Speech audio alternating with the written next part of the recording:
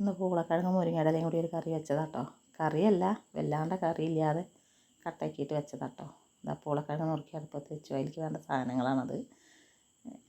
പൂളക്കിഴങ്ങ് ഇതാട്ടോ, ഇതൊക്കെ വെന്ത് നല്ല വേവരുത്. നല്ല വെന്ത് പോയാൽ നന്നാവില്ല.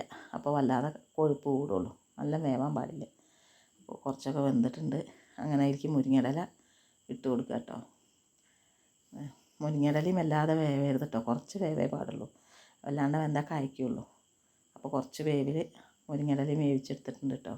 പിന്നെ അതിലേക്ക് വെളുത്തുള്ളി, ചെറിയ ഉള്ളി, ഒരു ഉണക്കമുളക് എടുത്തുണ്ട്. മുരിങ്ങയിലയും പൂളക്കിഴങ്ങൊക്കെ വെന്ത് വന്നിട്ടുണ്ട് കേട്ടോ.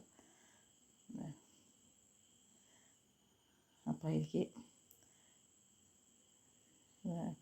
കടുകിട്ട് പൊട്ടിച്ചു.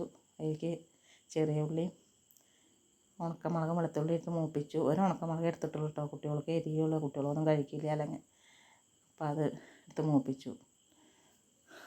നല്ല മൂത്തതിന് ശേഷം കേട്ടോ അതിലേക്ക് ഒഴിക്കാൻ പാടുള്ളൂ. എന്നാലേ നല്ല മണമൊക്കെ ഉണ്ടാവുള്ളൂ.